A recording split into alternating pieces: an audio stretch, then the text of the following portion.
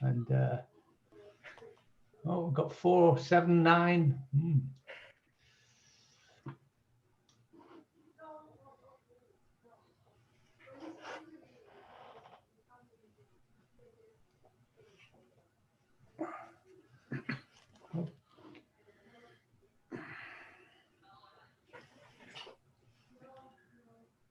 So maybe I keep my email on just in case somehow we lost communication on this computer. I've got a second one running that I will see email on if something dire happened. Yeah. Okay. Well, yeah, everyone can hear us right now, Martyn. Good. Okay, that's fine. Yeah. Try not to say anything you don't. No, nothing. Yeah.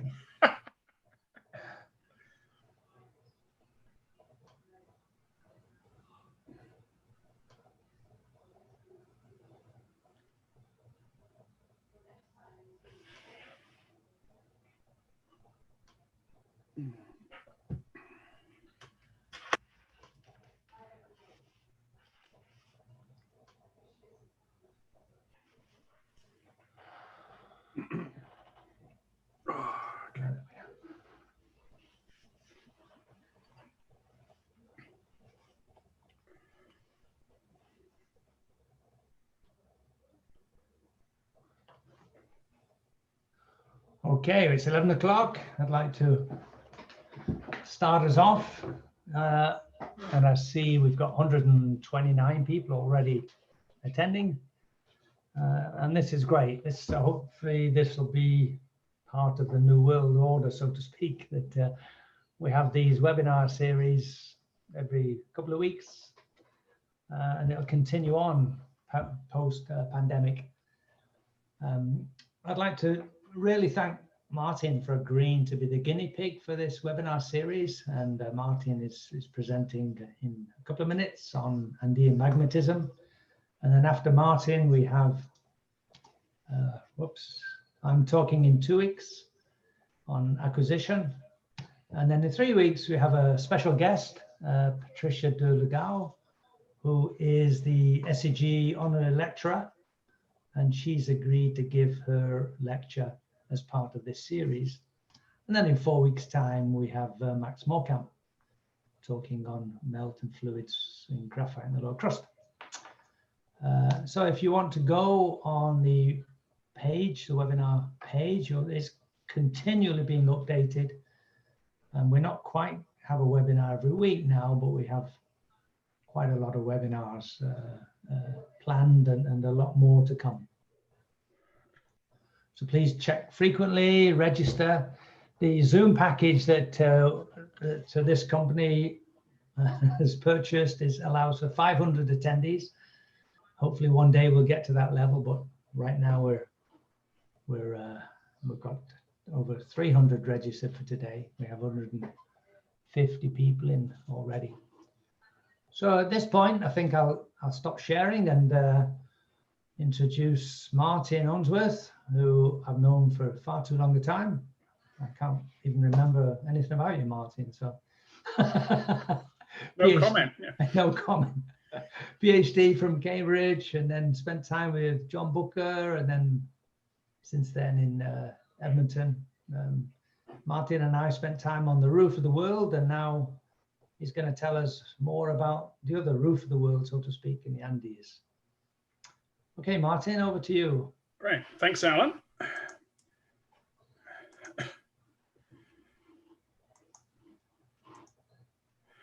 Okay, I'd like to thank Alan and the other organizers for initiating this series. So, you know, as Alan said, it's the new world order. We're doing things in different ways. So I think a lot of us really appreciate Alan's effort over the years to always move forward our group and to promote new ways of communicating. So today I'm going to give an overview of MT studies we've been doing in the Andes and try and explain how that tells us about the magmatic processes that have formed the continental crust and how it informs us about volcanic hazards and magmatic processes generally. So at the end, I'm going to have a long list of all of the people that have contributed to this project. But just at the start, I want to acknowledge a couple of my past students, Matthew Como, Darcy Cordell, Quite a few of the figures you'll see today come from their research for their theses. In terms of specific collaborators in South America, I would like to mention Daniel Diaz in Chile, Faustino Ticona in Bolivia, and many people at EMT in Peru with whom we've worked. And without all of these people, this work would simply not have been possible. So looking at the Andes, this is the classic textbook example of an oceanic continental subduction zone. And we can see here the Nazca plate and a little bit of the Antarctica plate are subducting beneath South America, and they form this very long Cordillera. So in terms of practical reasons for studying the Andes, the subduction zone does present a major volcanic hazard, as seen here by a recent eruption in Chile, down here in the southern volcanic zone. And the whole way down in the Andes, there is a major seismic risk. And indeed, the southern part of the subduction zone here in Chile has had some of the world's largest earthquakes. This was the magnitude 8.8 in Chile 10 years ago. As we look a little bit more detail at the Andes, we actually notice that the textbook image here of subduction doesn't actually apply everywhere. So, as is taught in introductory geology, a subducting oceanic plate carries water down into the mantle, which triggers melting, which then forms the volcanic arc. So this is what we might call normal subduction. And that only occurs in 3 parts of the Andes: in the northern volcanic zone, the central volcanic zone, and the southern volcanic zone. There's a couple of gaps in the Andes, 3 in fact, one in Colombia, this one mostly in Peru, and then this one here in Argentina and Chile, where the subduction is what we call flat slab subduction. And that's illustrated over here on the left, where the subducting plate deviates from its normal descent at 45 degrees and becomes flat for a period of time. During the flat slab, obviously the arc magmatism shuts off and any deformation moves inboard. So there's been quite a debate about what causes flat slabs. And it's been estimated that about 10% of global subduction zones today have a flat slab. There's no one explanation which fits all locations, but a very common factor is the presence of oceanic ridges with thicker crust being subducted. And it's the extra buoyancy of these ridges that can trigger the slab to flatten. And these are moving eastward with subduction. And because of the oblique convergence, that produces a southward movement, an extension of this flat slab. Similar thing is happening here in central Argentina and Chile with the Pampean flat slab. So there's a lot of along strike variation in terms of structure. Not shown here, equally dramatic things occur when the slab steepens and returns to normal subduction. The arc volcanism comes back, sometimes with a vengeance, with a period of what's called an ignimbrite flare-up, very intense magmatism. And we'll see that's been going on in the southern part of the Altiplano as a flat slab has passed through this region over the last 15 to 20 million years. So there's also economic implications for studying Andean magmatism. Looking in a little bit more detail now at what happens. Here are the melts being formed in the mantle wedge and rising up into the crust. And on their journey from the mantle wedge to eruption, they undergo a number of changes, often where the melt resides for a period of time in a magma body or a mash zone, and they undergo differentiation, with the heavier mafic components sinking to the bottom and more felsic, more buoyant material rising up. So when things actually rise to the surface, this is where we get a lot of important mineral deposits, epithermal and porphyry deposits in particular. And this is a photograph of the Chuquicamata copper mine in northern Chile, one of the world's largest open pits. And this was formed underneath the Andean volcanic arc.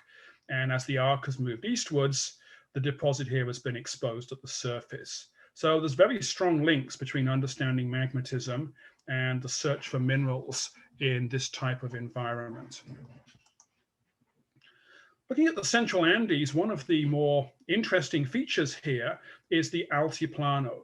And this is a high altitude plateau with an elevation around 4,000 to 5,000 meters.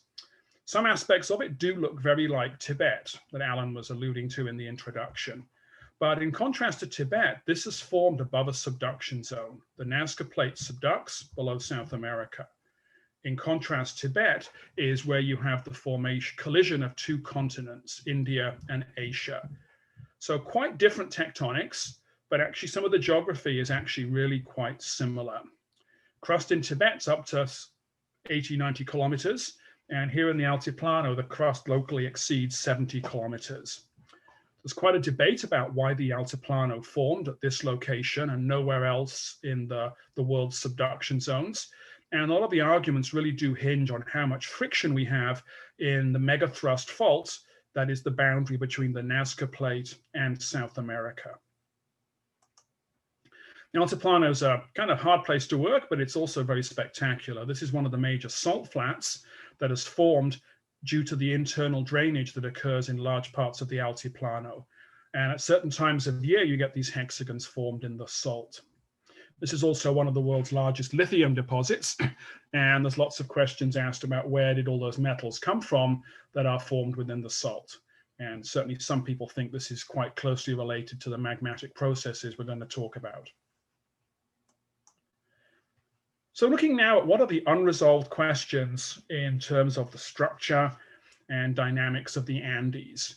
So in this cartoon, it shows a lot of the processes at work.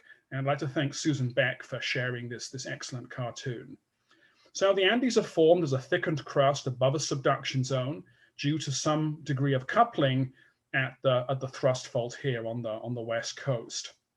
The Andes have grown by two main mechanisms. One is compressional tectonics, thrusting here, seen on the eastern slope of the Andes, but also because of magmatic additions, because of the volcanism that is occurring in the Altiplano, in particular beneath the volcanic arc and to the east. So we now know and have a lot of evidence that the Andean crust contains a number of magma bodies. It's unusually hot. And as we get changes in the slab angle here from flat slab to normal slab and back again, that can initiate large episodes of melting. And in some models, that can result in an ignimbrite flare-up and delamination of heavier material. So it's long been recognized that the Earth's crust is unusually felsic. And the question is, how is such a large concentration of silica-rich rocks formed? Well, a lot of ideas suggest that underneath convergent boundaries such as this, we've got these large magma bodies that can produce large amounts of silica-rich rocks. People often look at these areas in terms of how much igneous rock is erupted and how much solidifies underground. We call that the pluton to volcanic ratio. And some estimates based on geology at the surface and seismology in the subsurface suggest that this ratio can be as high as 30. So for every cubic kilometer erupted, we are getting 30 cubic kilometers solidifying underground. Another area of uncertainty still in the Andes is what is causing these patterns of long-term uplift. So here in the central Andes, we have about 1,200 volcanoes, and they can be easily mapped using satellite interferometry techniques, INSAR. And studies by Matt Pritchard showed that only a few of these volcanoes have long-term deformation. In some cases, they're obviously associated with an active volcano, such as Hualca in Peru, but others are associated either with inactive volcanoes, such as Uturuncu, or La Azufre, a place where there is actually no volcano at the center of the uplift. So the question is, are we seeing in these cases signs of an imminent eruption, or are we simply seeing a pluton being formed? And from that 30-to-1 ratio we were just talking about, perhaps it's more likely we're going to see plutons than eruptions. But a number of studies have focused, including work I'll present in a minute, have addressed what is going on and what is driving these patterns. A third area where there's still a lot we don't know about magmatism in general, and in the Andes in particular, is the question of what is the structure of magma bodies. So the classical view from years past is that we have magma chambers, which are 100% melted rock that are feeding eruptions of these volcanoes, sometimes causing surface eruptions, but often solidifying beneath the surface in plutons or laccoliths. Well, there's a lot of evidence from geology and geophysics that magma bodies with 100% partial melt are actually very rare in the geological record. Most of the time, these bodies consist of a mush, a crystal mush, where we have perhaps more than 50% crystals and melt distributed in between those crystals. Regions of pure melt are relatively rare in space and time and are perhaps formed when an injection of fresh magma comes into the magma body and destabilizes it, triggering an eruption. So these mushes are really believed to be the norm for these large magma chambers, but they can still be very persistent in time. Some of the large systems in the Andes have existed, we think, for more than 1 million years. Looking now at the whole crust, there's again a lot of indirect geological and geophysical evidence that we should maybe be talking about transcrustal magmatic systems, as suggested by Kathy Cashman, Steve Sparks, and John Blundy in this paper, where the magma rises and ponds at various levels through the crust before finally being erupted. And in each of these lenses, we're probably seeing a mush for most of the time. So how can we actually advance our study of magmatism in a place such as the Andes? So with this audience, I don't need to give much of an introduction to resistivity and electromagnetic geophysics, but I know there are some volcanologists listening, so I'll just kind of review a few key points. The resistivity of crustal and mantle rocks varies by orders of magnitude, with high resistivity corresponding to igneous rocks. Sedimentary rocks with some pore fluid have an intermediate resistivity, and down at the bottom, a number of materials can cause a low resistivity, around or even below 1 ohm meter. These include melt, saline water, and clay alteration. So obviously, if you measure a low resistivity, you need to find some way of distinguishing between these possibilities in your interpretation. And the use of particularly lab experiments and other geophysical methods is really essential in this regard. People used to always say, oh, melt is 1 ohm meter, and we now know that's not true. There is quite a broad range of melt resistivity, and this really depends, as we'll see in a minute, on the composition, and we need to take into account that compositional variation. So looking now a little bit more about some of the challenges of interpreting a zone of low resistivity that we think is partial melt in the Earth. So the MT provides us probably just with 1 or 2 numbers. It tells us the resistivity, and perhaps we know the thickness. More often than not, we actually only know the product of thickness and conductivity. So the MT view over here is really very simple. However, let's look on the grain scale. The matrix, the crystals, are relatively resistive, but will have a temperature-dependent resistivity.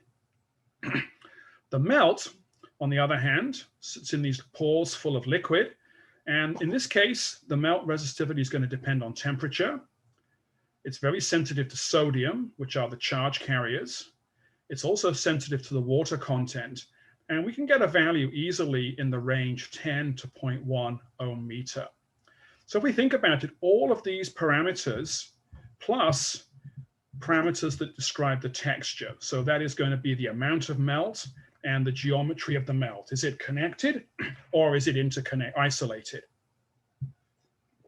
So all of these parameters determine a single value that we measure with our geophysical experiment. So this direction is unique, but going in the other direction is obviously non-unique. And that's why we have to bring in as much as possible petrological information and other geophysical measurements, such as seismic velocity.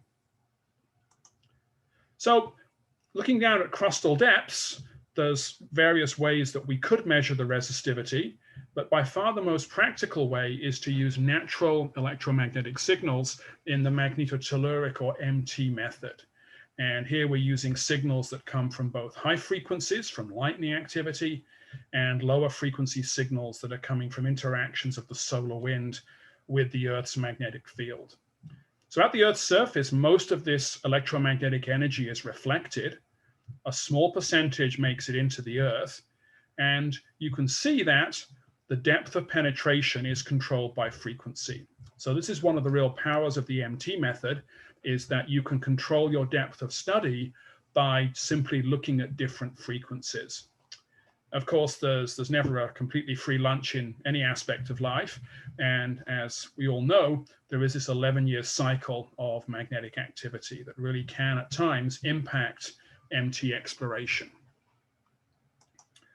So looking now to how MT has been applied in the Andes in the study of magmatic processes, I'm going to talk today about 3 distinct areas in the Andes. I'll start off talking about the Central Andes, an area that's been relatively well studied over the last 20 to 30 years.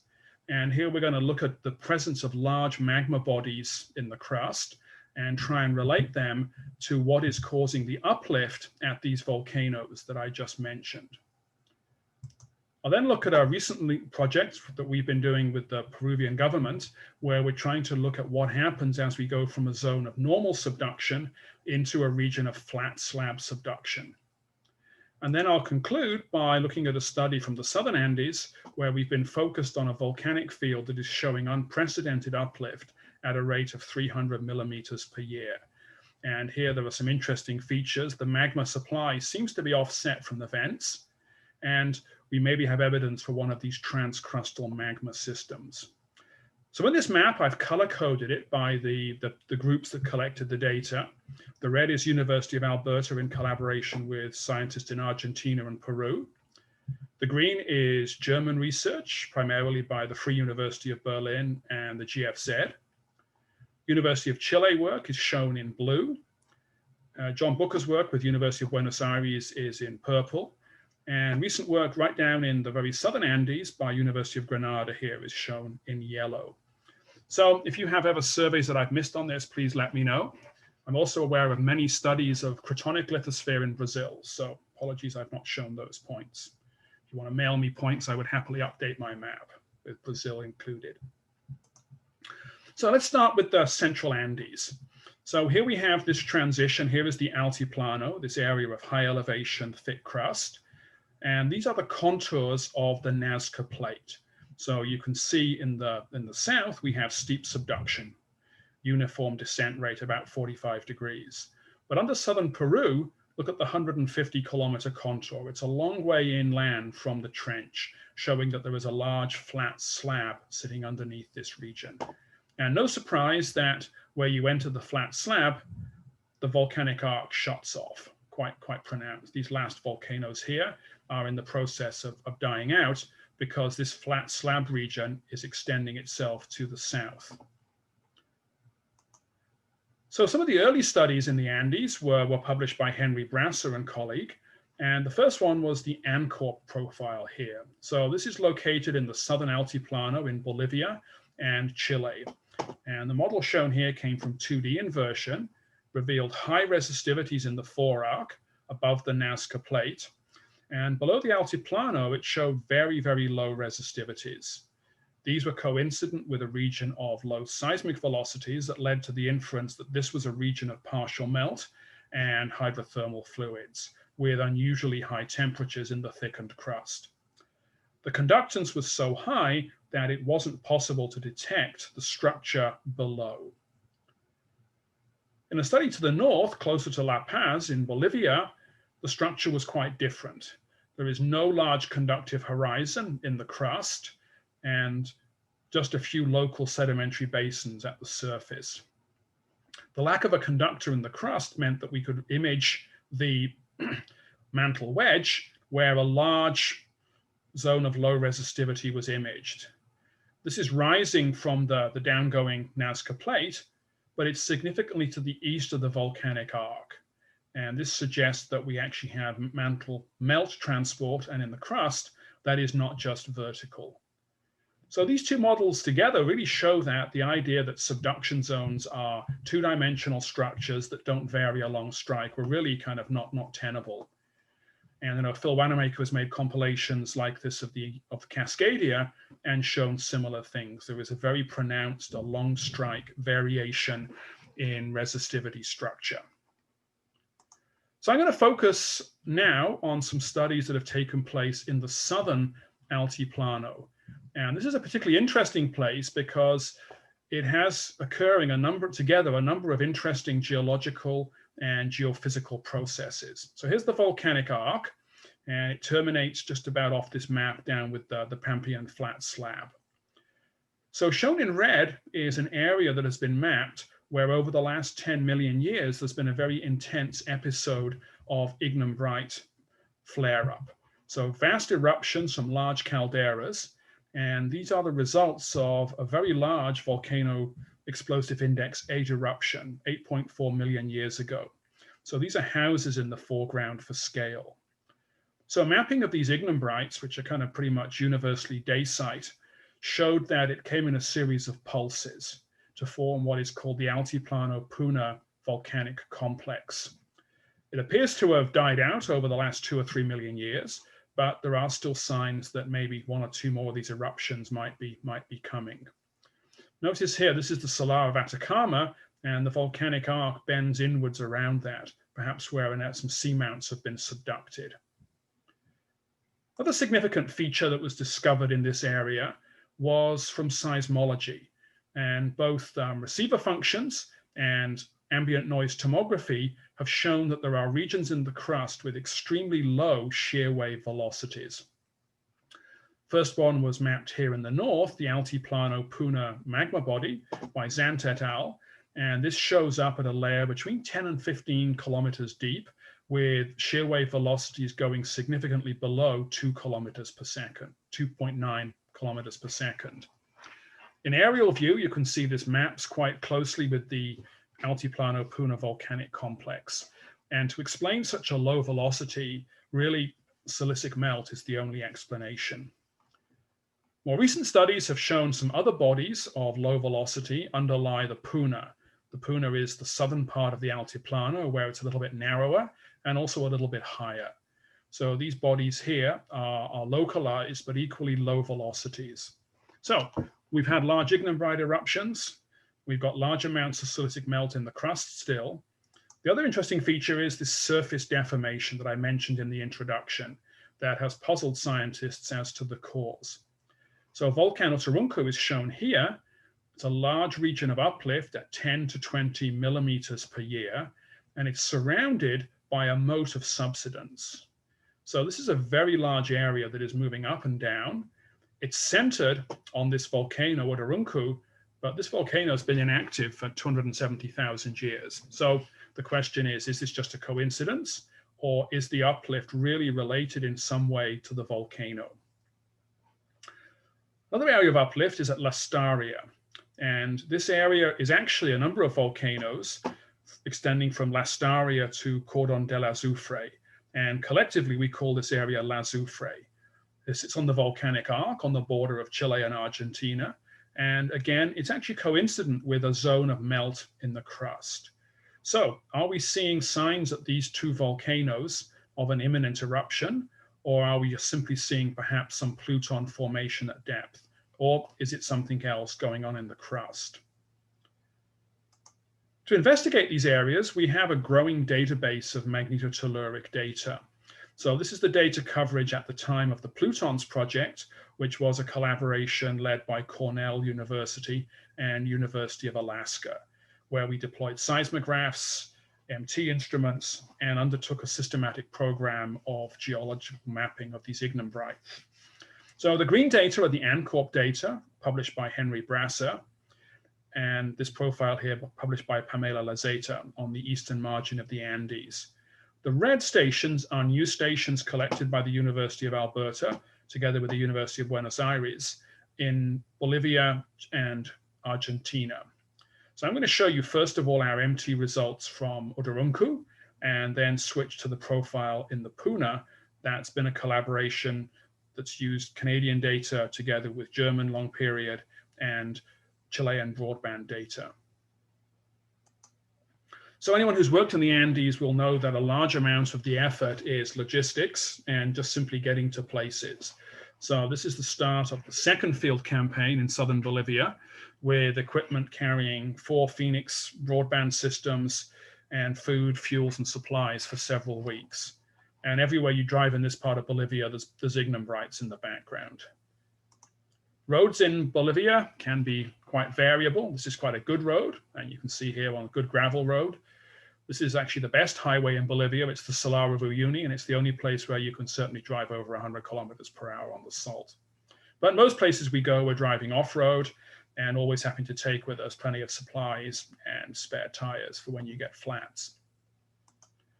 Uturuncu itself is a typical volcano for this region. It's over 6,000 meters at the summit and rising 2 centimeters per year. And because of sulfur mining, there's actually a road that sneaks its way up to the saddle here. So the road plus hiking has allowed us to get a reasonably complete grid across the volcano. Here we are installing some of the Phoenix instruments, and Matthew Como operating the instrument at quite a high elevation on Uturuncu. So some places the digging can be great in volcanic ash, others in ignimbrite lava flows. It's really quite difficult to install the equipment. Some of the roads are quite challenging. This is kind of perhaps one of the highest roads in the world. This is at about 5,700 meters on Uturuncu. This is always the bit of the road where you really hope you don't meet another vehicle coming the other way. So after 3 field campaigns, 2 in Bolivia and 1 in Argentina, this was our final data coverage. In the proposal, we had plans to have a nice uniform grid, but logistics are such that it was really challenging. So we have a focused area around the volcano where we have a good 3D coverage, and we have a longer corridor where we're able to look at the data in 2 dimensions. So some of the early analysis was 2-dimensional, and this is the strike directions coming from, I think, a combination of either phase tensors or Groom-Bailey show very similar directions. So the strike is somewhat north, about 30 degrees east. Well, working in such a remote place, you actually generally get very good data. This is a typical 18-hour sounding going well down to 3,000 seconds. And we can kind of see that there's a low resistivity in mid-frequencies, probably corresponding to a clay layer that we observe at about 1 kilometer. And at longest periods, we're seeing this drop in resistivity, which is presumably due to the Altiplano Puna magma body. We've tried recording longer here with several days with the MT instruments, and we considered using long period, but the conductance here is just so high that it's probably going to be really tough to ever get to 10,000 seconds. This is the station up at the summit of Uturuncu on the saddle.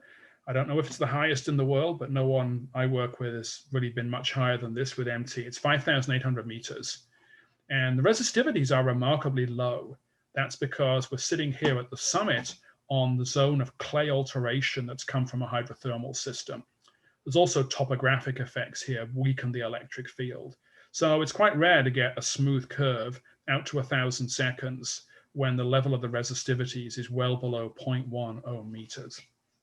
This is the 2011 field crew up at the summit. So if you're a climber, Uturuncu is actually one of the easiest 6,000 meter peaks to climb in the Andes, mainly because you can drive almost to the summit. This is now looking at a combination of the 2D and 3D inversions that were Matthew Como's PhD thesis. So starting with the 2D profile, this extends from the volcanic arc in the west. This is the border between Bolivia and Argentina, and this is northwest Argentina. So in the inversion, obviously this large low resistivity horizon is one of the most conspicuous features, and it occurs in the 2D model at about 25 kilometers. In the 3D inversions, which were focused on this grid around Uturuncu, we see that it's at about 15 kilometers. I think that's quite common experience, that the 2D inversion will place structures a little bit deeper than they should be. Between this big conductor and the surface, there are a number of smaller, discrete fingers of low resistivity. And in some cases, we can identify them with individual volcanic centers. One particularly pronounced one is in the 3D inversion, comes up under Uturuncu. And it sits about sea level, where it coincides with a pronounced cluster of microseismicity, of small earthquakes, magnitude 2 and 3. Looking at the 3D model now in plan view, we see that indeed these conductors beneath Uturuncu are actually fingers that extend somewhat more or less east-west. So when we saw this, our immediate thought, well, perhaps it's anisotropic. So we've recently developed a 3D inversion of ModEM that will handle anisotropic data. And this inversion is able to give a good fit to these data without having a discrete set of conductors. So some seismic data from this area also indicates that we may have anisotropy in the crust in this region. So this is very much an ongoing area of research. Turning our attention now, we looked at what we could say about these individual conductors. You know, there was a time when people would have done an MT survey and seen a bright red region and said, oh, it must be partial melt, and moved on. But we've now got enough lab experiments that we can look at a resistivity value and interpret it in terms of the melt fraction and melt chemistry. So looking at Uturuncu, the geological studies from a lot of lavas suggest they originated down at about 20 kilometers in what we identify as this large magma body. So they're andesitic, so 60% silica by weight. Temperature estimates are close to 1,000 degrees, and the pressure is 375 megapascals. So if we look here at a compilation of lab resistivity measurements, this is showing how the melt resistivity varies with sodium content and water. So a lot of evidence exists for these melts coming from the APMB to have quite a high water content, 6 to 7% by weight. The sodium content is 2 to 3%, which is quite typical of arc volcanoes. So I think one area that's really advanced this type of work has been the real increase in the number of lab studies that have been published in recent years of melt resistivity. And I think that has really made a big contribution to our field. So let's now look, if our melt is going to be quite conductive here, if it's andesite, it's going to be sitting here somewhere below 1 ohm meter in the yellow to orange region. So we now want to ask ourselves, if we mix melt with this resistivity with a crystal matrix, what is the bulk resistivity that we're going to get? So here we are mixing using a modified Archie's law, melt at 0.1 ohm meters and matrix at 300 ohm meters based on the temperature. So obviously the connection of the melt is going to be quite important here, and a possible resistivity is going to be somewhere in this region.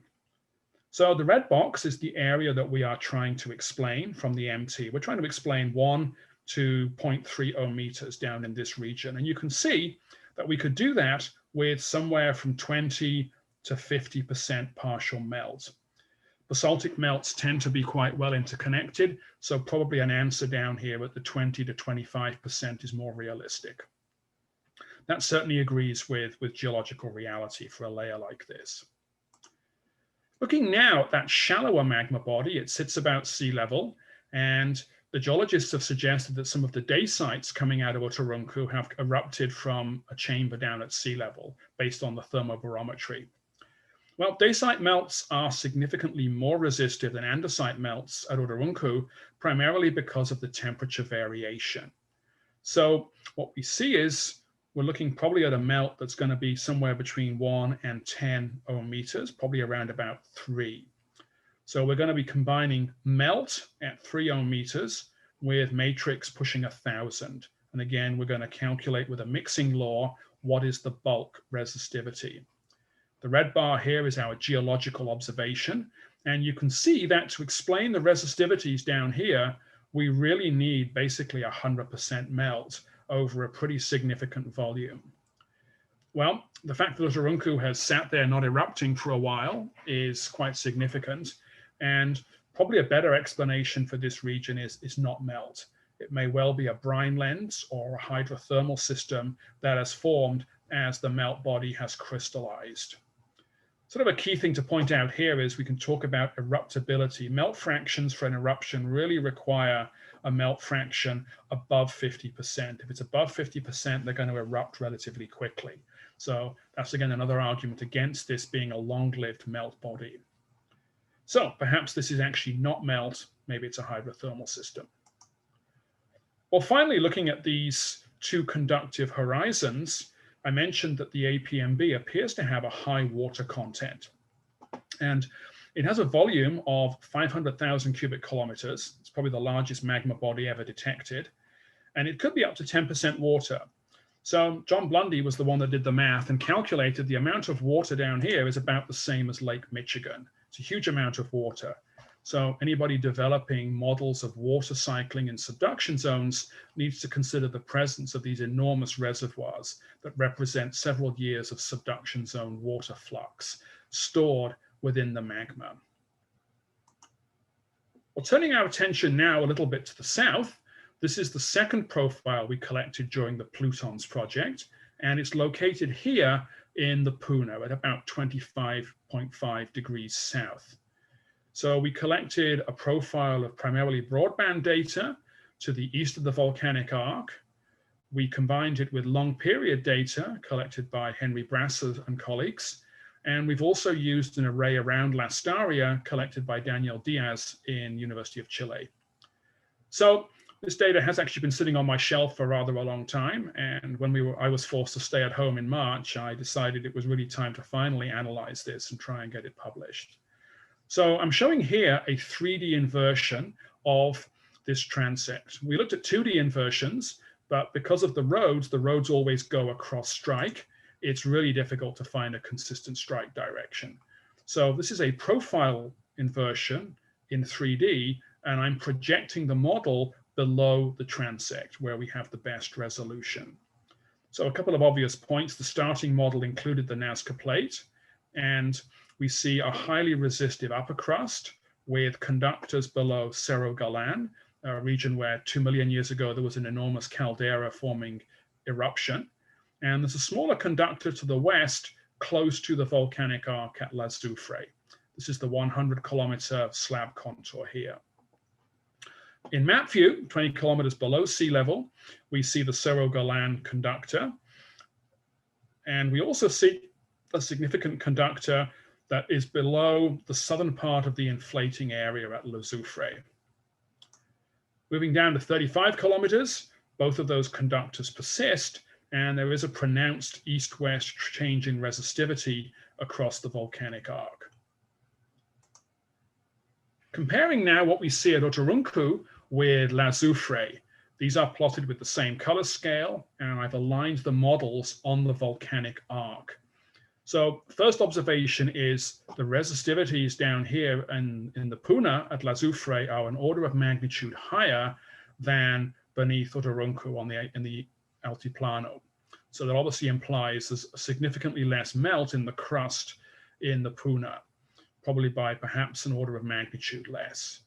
Local concentrations do exist below Cerro Galan and also close, but not directly below the volcanic arc at La Soufre. How does this compare now to seismic models? So this is an extension of the surface wave and receiver function tomography from Kevin Ward, Jonathan Delf, George Zanton colleagues. And we can see the 3 MT profiles here. So in the surface wave model, the lowest velocities are observed around Uturuncu in the APMB. Locally, in the Puna, we have low velocities below Cerro Galan and around La Soufre. So in the south, our 2 low velocity regions correspond to low resistivities here at La Soufre and Cerro Galan. Below Uturuncu, we see the very lowest resistivities directly above the low velocities below the APMB.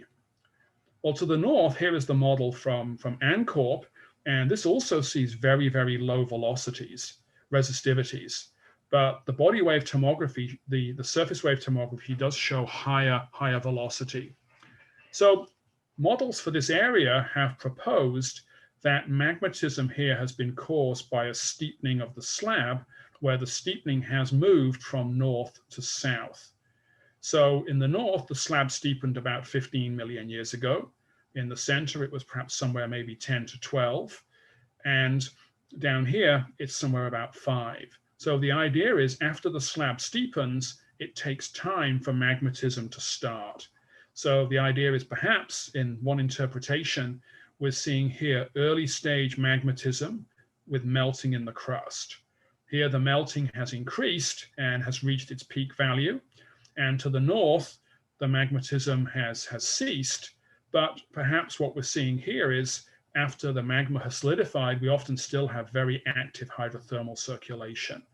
So this north-south variation is based on a lot of geological models by various groups, primarily Suke, Betty Coira, and Gerhard Werner, and others. So we're trying to relate here MT seismic and the progression of this flat slab. Well, what about the uplift at Uturuncu and Lazufre? At Uturuncu, we can see various inflation sources have been proposed, all sitting down here, probably somewhere at the top of the low resistivity zone. A major finding of the geology in the PLUTONS project was there is no long-term uplift occurring at Uturuncu or Lazufre. This evidence primarily comes from lake shores, and dating of the lake shores allows you to extend the uplift measurements back in time. So a diapir, like a plume uprising below the Altiplano, would really be a long-term process. And it's very hard to reconcile the presence of a diapir with the lack of long-term uplift in lake shorelines. So probably what we're seeing is magma's being transported from depth transiently to somewhere in the top of the ATMB. And it's infrequent enough that it's not producing a long-term tilting of these lake shores. Another model is it could be pulses of hydrothermal fluids being exsolved from the magma body, and they, with a short time scale, produce uplifts that are producing short-term deformation. Either way, the MT contributes by showing where the inflation is occurring. It's down here at the top of the APMB. At Lazufre, there is no long-term tilting of lakes, but there is actually a long wavelength topographic feature observed over the whole volcanic complex. This shows about 500 meters of uplift, and things have probably been going on for more than 400,000 years. So again, we do have a low resistivity feature that is present close to the depths where it's inferred that the uplift is occurring. Obviously here our spatial coverage is not as good. Logistics in these areas are really very challenging. There's no roads and there's a lot of sand in these areas. It's very difficult to drive without getting stuck. But interesting to note, this inversion of just the University of Chile data and the inversion of all the data do show this same feature south and east of Lazufre. Finally, I'll just summarize our recent results from southern Peru, where we're working to look at the causes and effects of the flat slab transition. So you can see here again, here is the flat slab shown by the contours, and the Nazca Ridge, which is triggering the flat slab, is moving southwards. So where the Nazca Ridge goes underneath the South American continent, that forms the flat slab in its wake to the north. Also note the coastline. The coastline around Nazca is uplifted, and after the Nazca Ridge has passed, it's subsided, meaning the coastline moves significantly inland up past the latitude of Lima to the north. We've collected two profiles now in Peru, P1 here close to Lake Titicaca, and profile P2 from Nazca to Cusco.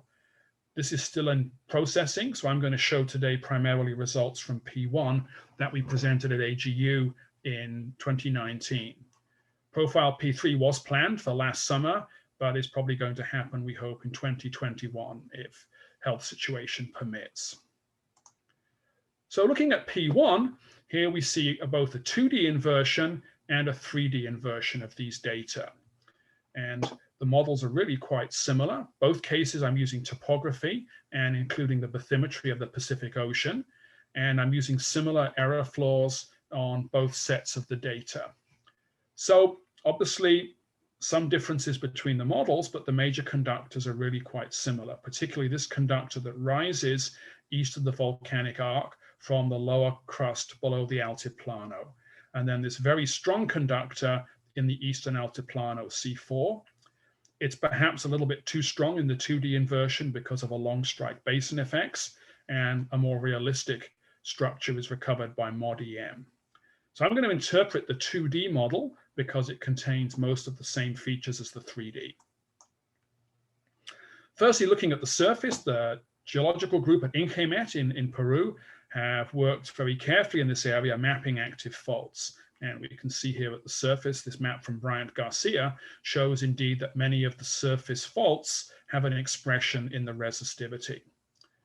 Also significantly is west of the volcanic arc, we do see this low resistivity region here below the Cerro Verde mine, one of Peru's largest porphyry copper deposits. So implications are there for both magmatism, tectonics, and mineral exploration. So in the forearc, we have highly resistive rocks.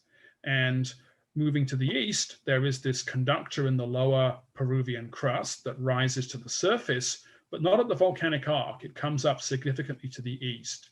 So this is perhaps indicating that even though we're not quite in the flat slab region, we are in an area where magmatism is being influenced by the arrival of the flat slab. These huge conductors in the eastern Cordillera and lower crust are perhaps related not necessarily to arc volcanism, but to crustal thickening that has produced melting and fluid transportation within the thickened crust. And there's quite detailed xenolith studies in this area by a number of geologists that really explain that rocks at the surface today have been exhumed from regions of melting and fluidization in the crust. Well, this feature C4 was kind of new to us, but it wasn't actually new to EM studies.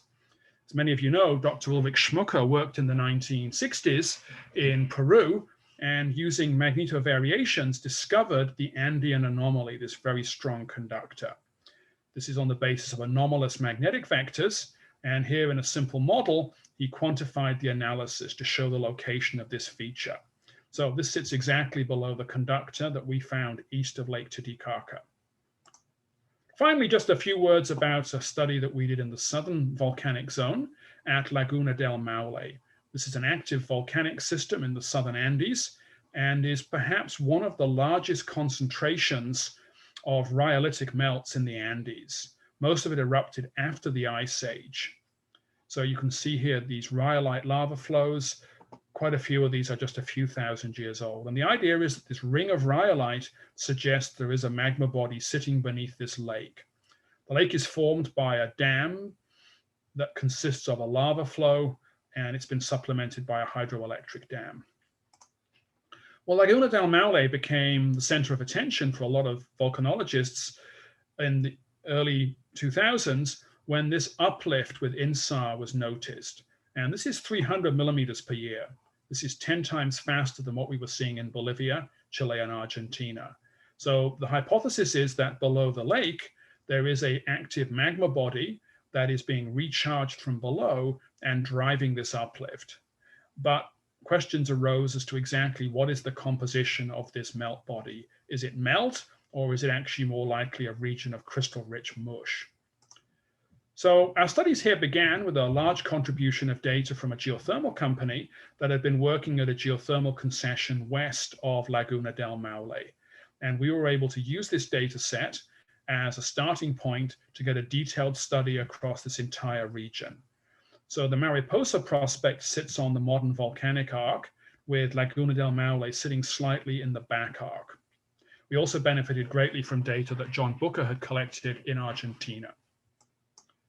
So as with all these projects, the logistics is variable and sometimes challenging. At Laguna del Maule, we spent the first year using a boat on the lake, and then the second year we switched to using horses and helicopters. So on the lakeshore, it's pretty easy to install systems in the sand, and obviously security is quite good here. So just to summarize the models that came out of this project, this is a model from Darcy Cordell's PhD thesis, where we were surprised to see there was no big conductor right below the inflation center shown by the star. And there was, however, a series of conductors extending downwards and to the north from Laguna del Maule. So rhyolite melt can actually be quite resistive, as shown here. So perhaps we're not seeing a large melt body here simply because the rhyolite melt is really quite resistive. Another possibility is that this clay layer, C1 at the bottom of Laguna del Maule, may be screening what's going on below. Well, Darcy undertook in his thesis a number of very detailed resolution studies and showed really that there is not a significant magma body sitting here. The largest melt concentrations are to the north and at greater depth. And they're summarized here in this nice 3D image that shows how the melt is rising up from the northwest before reaching perhaps smaller accumulations and mush zones below the lake. So perhaps what we're seeing at Laguna del Maule is the upper part of a transcrustal magma system, such as shown here in this paper by Kathy Cashman. And the melt is certainly offset from where it's erupting at the surface. And it used to really be accepted in a lot of magmatic studies that melt had to move vertically. Now there's lots of good evidence that often this is occurring in a melt is moving horizontally at the same time as moving vertically. So just to conclude and go back to those three questions that we looked at the beginning, crustal magmatism. I think the MT has shown, in agreement with seismics, that there are dramatic variations in melt fraction in the crust below the central Andes as you move north-south. And we've tried to relate that to the changes induced perhaps by the passage of the flat slab. Perhaps we're actually seeing a different amount of melt here because MT sees both aqueous fluids and partial melt. And there's obviously implications for that in models of mineral systems and mineral deposit formation. What about the long-term uplift? This is Uturuncu on a really calm morning from the east, and it's still moving up at 2 centimeters per year. It's probably not due to a diapir, but the uplift is clearly associated with low resistivity zones that could be batches of melt or could be some exsolved fluids. And finally, looking at individual magma bodies, MT combined with detailed lab studies really has the ability to say a lot more than we could in the past about the melt fraction in those bodies. And that has implications both for understanding the process of magmatism and also on a practical level for understanding the volcanic hazards of these areas. So I'd like to conclude by thanking the many, many people who have helped us in the field.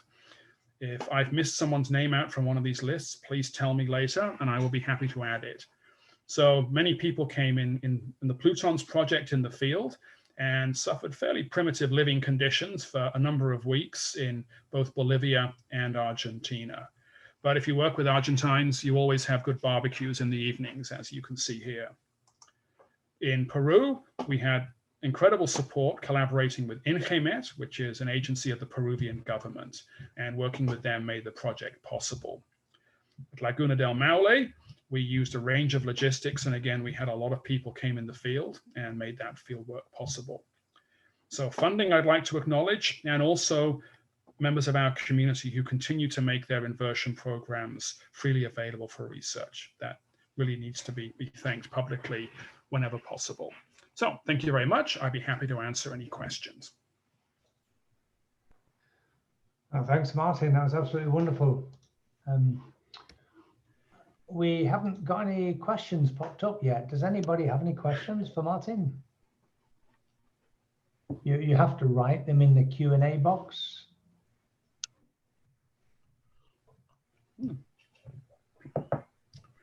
Ah, we have one. Okay. Yeah, I think you can read it, right, Martyn? Yes, I can. Yeah. So first question is about serpentinization on bulk resistivity in the mantle. Well, in the crust, I think we'll start there because I think, people always used to say, oh, serpentinite causes low resistivity. It does, but it really depends. I think it's usually the amount of magnetite that you have. In the mantle, we do see changes in the resistivity. I didn't really in this presentation show anything about the mantle wedge because, well, it's offshore and we don't really necessarily have the best information there, or it's in the forearc. In Cascadia, I gave a talk last week at Simon Fraser University about this. We do see a conductor in the mantle wedge, and that is associated with serpentinization. And again, the mantle wedge conductor that we see in Cascadia, both in Canada and in the US, is probably due to the presence of the aqueous fluids primarily that are causing the serpentinization. So, in the Andes, we have these very high conductive zones in a lot of places, and that really makes it kind of difficult to see that. In the Peruvian profile, there are a couple of mantle wedge conductors that you can see just under the coast, and we're still kind of really trying to resolve whether they are the same as we see in Cascadia.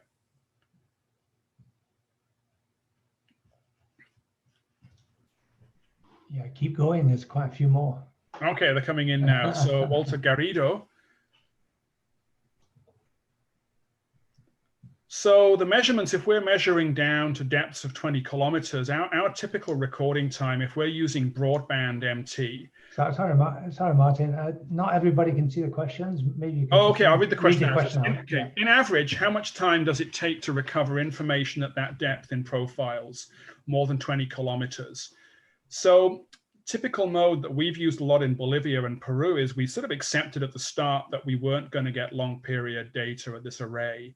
So we focused on measuring broadband for 1, generally, and occasionally for 2 days.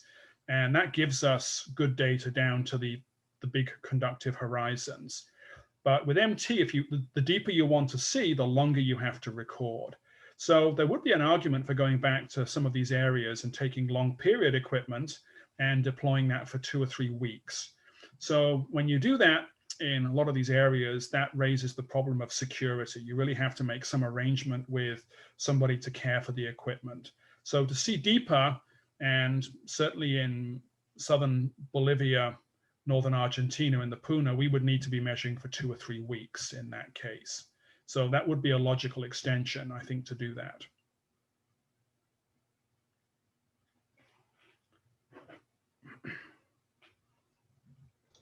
Do you have the Q&A box open? Because there's 6 questions. Okay. Oh, they're coming. Yeah. Okay. Yeah.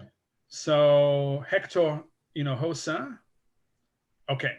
Yes, we'll have access to the. I'm not seeing all of them actually. Oh, hang on. Okay, it's in the Q&A box. Sorry there. Okay, I'll start at the top. For the geothermal application, is it similar for the brine? If the temperature increases, the resistivity is lower. So yes, in geothermal, there's a whole industry of people who do MT studying, geothermal reservoirs. And that really brings up the question of non-uniqueness. A low resistivity could be due to brines, it could be due to clay alteration, it could be due to magma.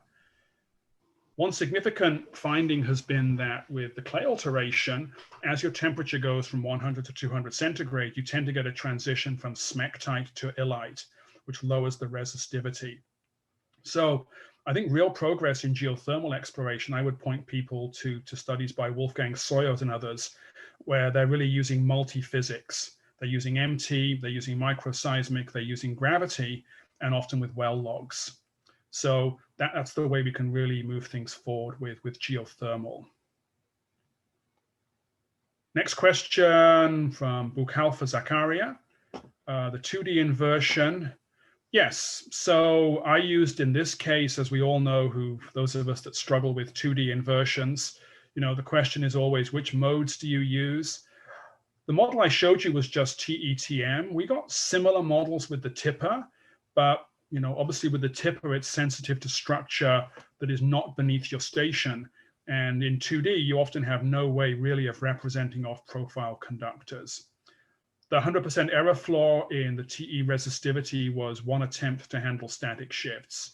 You can have the inversion model the static shifts as well. And we got broadly similar models in that case using a large TE error floor and apparent resistivity and statics. Cliff Thurber's wondering about how the seismic and MT anisotropy relate qualitatively. Well, at the Uturuncu study, we did see a low velocity.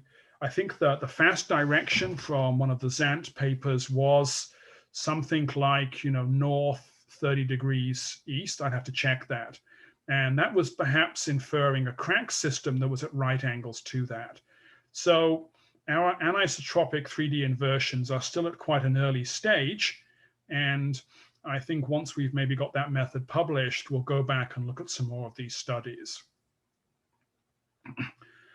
So Rafael Rigaud asks, thanks for the presentation. Are any of the data you presented available publicly for general use?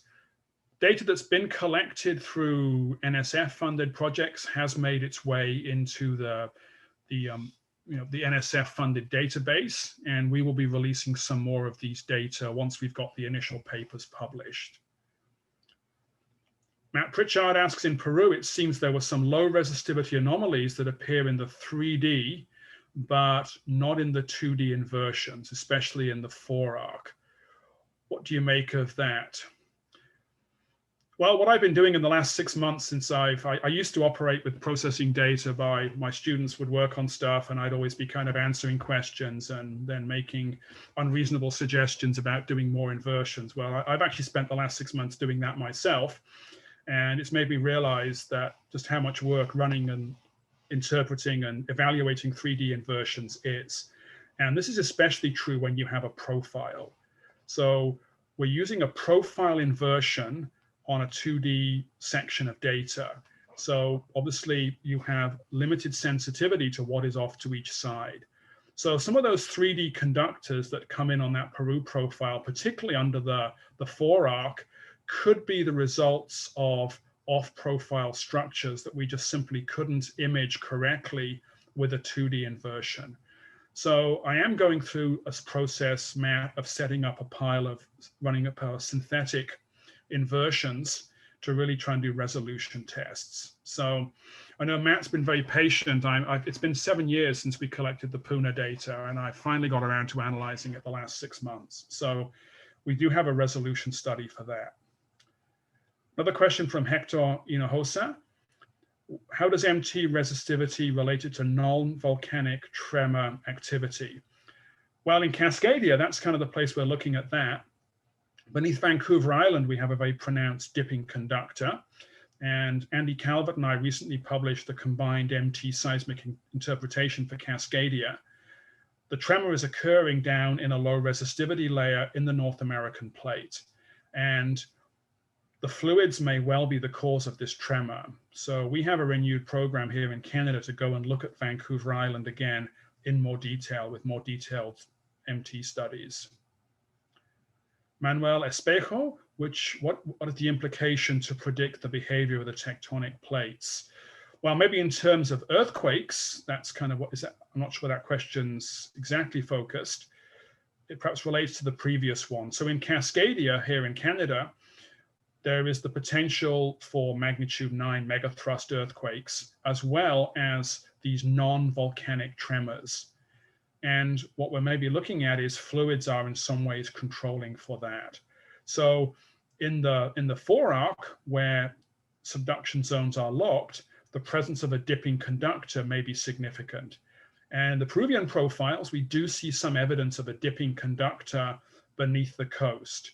The Nazca profile goes a little bit further west because the coastline goes further west in Peru. So again, looking at dipping conductors is part of that. So Vasileos Rafael Panago asks about the 2D versus 3D. Why does 2D place a conductor deeper than their true position? So I think I talked with Juliana Hubert a lot about this because she'd seen some similar effects in some of her data. I think it may just be because in 2D, your inversion has to assume the structure extends to infinity, which is obviously unrealistic. So I have been thinking about trying to come up with a simple argument for that, and I'm still working on it. And I'll be trying to put that in the paper we're writing on these data from the Puna. Jefferson Sanchez from the Servicio Geológico de Colombia is asking, taking into account the tectonic conditions towards the north of South America, how can the configuration of the plates be visualized through MT in this region, including various geothermal targets? That's a really good question, Jefferson. And as the Colombians know, I've been having a number of conversations with universities in Colombia about trying to develop some regional sets of exploration in Colombia. Obviously, all of our plans for fieldwork this last year and perhaps next year are really on hold. But understanding in Colombia the transition from normal subduction in the south to the flat slab north of Bucaramanga, kind of really a key question. And that's got to be related to geothermal. So that's kind of, I think, a project that has real potential to move forward. Dave Waters is asking, are there plans for quite long or long strike profiles in the areas of flattening? That would be great. I mean, we've really seen the advantages in recent years of these large grids of MT data that are being collected. First of all, obviously in the US, in Australia, and in China. And going to 3D is really obviously the way to go. Logistical concerns in South America mean that I'm really focused at the moment on transects. And obviously trying to do something in 3D would be really a next step. So, the Peru flat slab transition is a good one to study. You can get to most places, but the roads are often incredibly slow driving. Ruben Dario, hopefully involved in future studies areas in Colombia. Yeah, I fully agree. This is actually the first year, 2020, in a decade that I haven't been to Latin America. And I kind of already have been missing that chance for a while, but this is, I think, a project we can pick up in the future. So Abu Bakar is asking about anisotropic lithospheric mantle in the eastern part of the Andes. So yes, there's a lot of studies that suggest that Precambrian lithosphere is anisotropic. It records events of past tectonics.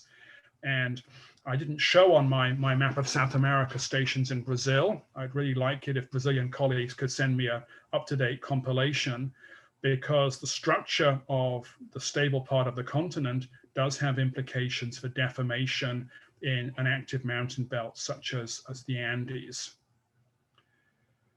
So in resolution testing, what I've been doing a lot of is synthetic inversions. So generating a simplified model that has the main high and low resistivity features, and then generating synthetic data and trying to invert that.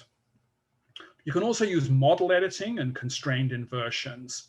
And I would also point you to another contribution from one of my students, Darcy Cordell and Ben Lee.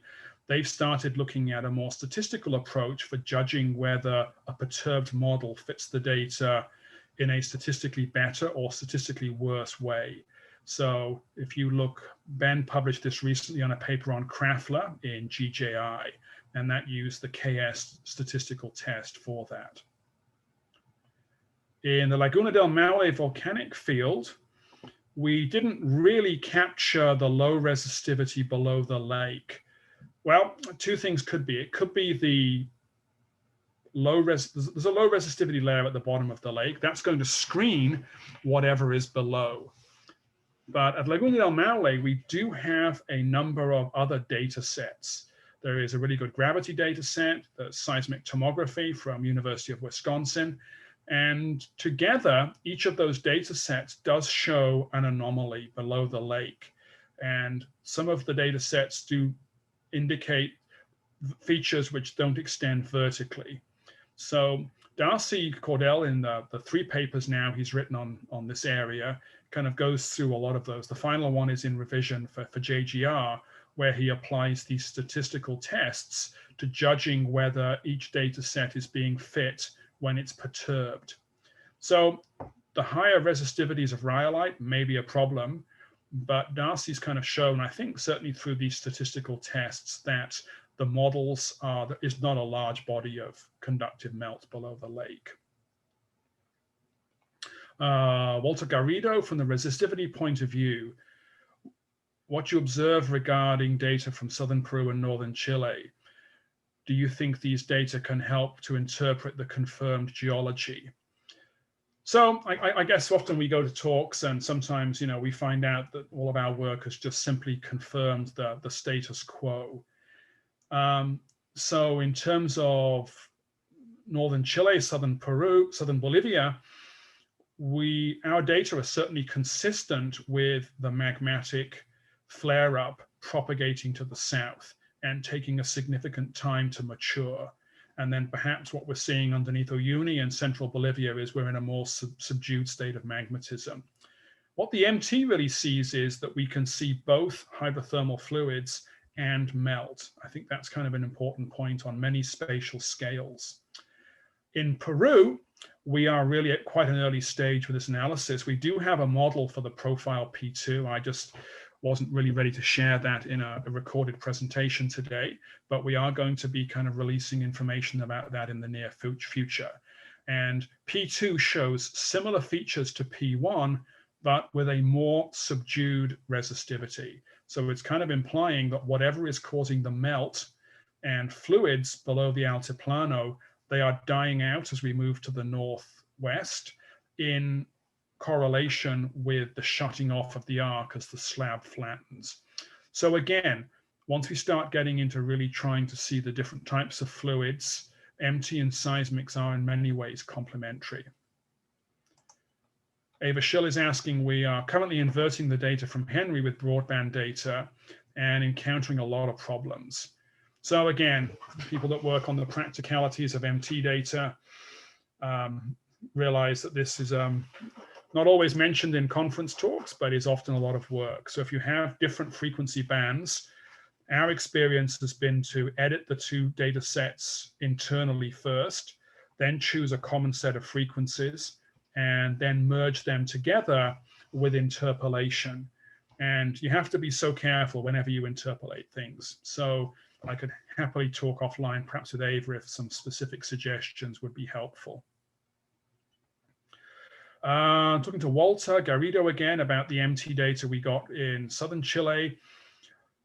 We are still looking at, we're in early days yet in how we compare these models to mineral deposits and mineral formation. So this whole idea of the mineral system concept, where mineral exploration is now looking deeper than the deposit depth to understand other aspects of the mineral system that form the deposit, that's a really productive area with MT. And we've been starting to talk about that in parts of Peru with INCAMET, with our collaborators. And obviously also at El Teniente, a porphyry copper deposit, we could look at similar things. So Walter, I'd be happy to follow up with you offline if you've got some specifics of some areas we could look at. I'd be really interested in that. Push Chowdhury says, how do you know that up to what depth the model is reliable?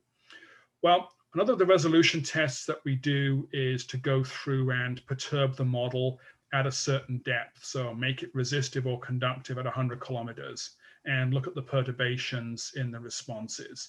So that's one way that we use in 2D and 3D. Abbas Fanay, thanks for the presentation. Yeah, what about 4D? So we've really seen things moving forward with MT in recent years with the move to 3D, perhaps to anisotropic. What about time variations? Again, people working in the field with MT data will know that because we're using a natural signal, things can really be challenging to look at those time variations. There's been some convincing examples of this, I would say. One, I would say, work by Jared Peacock from an engineered geothermal system in Australia. They were able to see time variations from injections. Other studies in China have seen similar things. In volcanic systems, there's work at Sakurajima by Aizawa and others in Japan, where they have seen, I think, convincing time variations in the structure of the magma body below Sakurajima. So I think we need to kind of get the 3D structure defined first at these volcanoes, but absolutely the time variations contain information.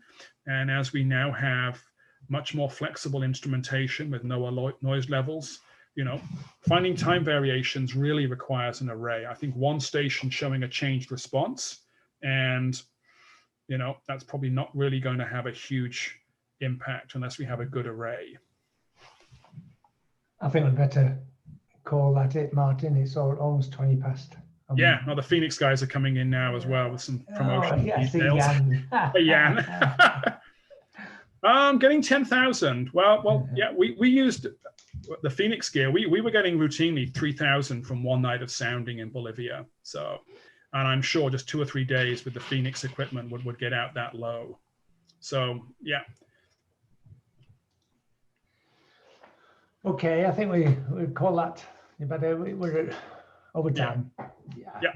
And we're losing the audience. I can see participants dropping. That's right. Good. If people have questions I haven't answered online, absolutely, please send me an email. I'm always happy to pick up these discussions. A lot of really great questions here. Well, thanks very much, Martin. Really, the whole community really enjoyed listening to that. Yeah. Just a quick reminder from me that we have this webinar series. The next is I'm actually speaking in 2 weeks' time on acquisition, and then we have Patricia Delegao with this in 3 weeks' time, and Max Morecamp in 4 weeks' time.